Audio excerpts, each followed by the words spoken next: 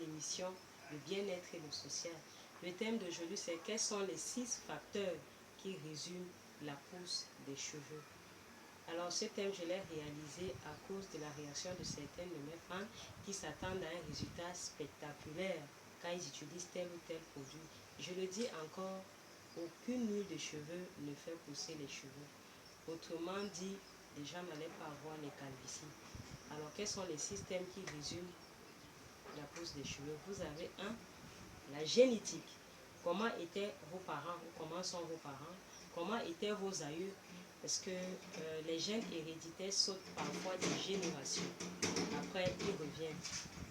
Alors, seconde astuce, deuxième facteur, vous avez l'alimentation. Est-ce que vous prenez des aliments qui favorisent la pousse des cheveux, des ongles, ou alors votre alimentation est assez pauvre en tout? Voilà. Ici, vous devez manger naturel, bio. Voilà. Troisième facteur, vous avez quelle est la qualité des produits que vous utilisez, la qualité de vos produits capillaires avec tout ce qu'on a sur le marché. Voilà. Il y a la gamme Olive qui est bien, il y a la gamme Motion, il y a le shampoing et l'après-shampoing qui sont de très bons produits, mais l'huile de cheveux est assez lourde, assez compacte. Voilà. Donc vous avez pas mal de produits sur le marché, donc vous voyez un peu la qualité de vos produits.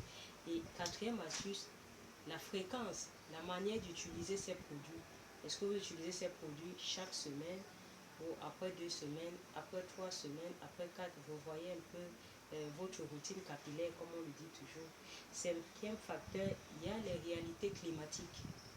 Là où le climat est sec, là où le climat est sahélier, les cheveux ont tendance à se casser parce qu'ils sont secs. Voilà. Et je peux même dire sans crainte que là où le climat est sec, les cheveux ne poussent pas vite. Par contre, là où le climat est humide, là où le climat est équatorial, les cheveux poussent vite. Voilà. Et il y a encore autre chose à côté des réalités climatiques, il y a la qualité d'eau. En Afrique, généralement, là où le climat est chaud, humide, la qualité d'eau elle est bonne. Mais au Moyen-Orient, tel n'est pas le cas. Je l'ai vérifié une fois à Al-Taïf. C'est une ville qui est située à 1 heure de vol de Riyad, la capitale d'Arabie Saoudite. Là-bas, le paysage est très beau, c'est magnifique.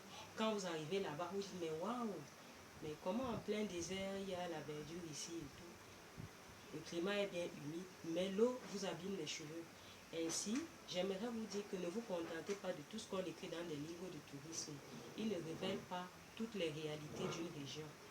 Alors, et je vous fais toujours, je répète encore, quand vous voulez utiliser des produits pour vos cheveux, surtout la qualité d'eau, utilisez une eau minérale, une eau buvable. Voilà.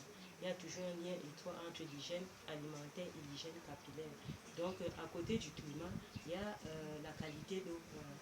Et comme dernier facteur qui est le plus important, et c'est un facteur que les femmes aux cheveux crépus négligent beaucoup parce qu'elles sont à la quête de la longueur.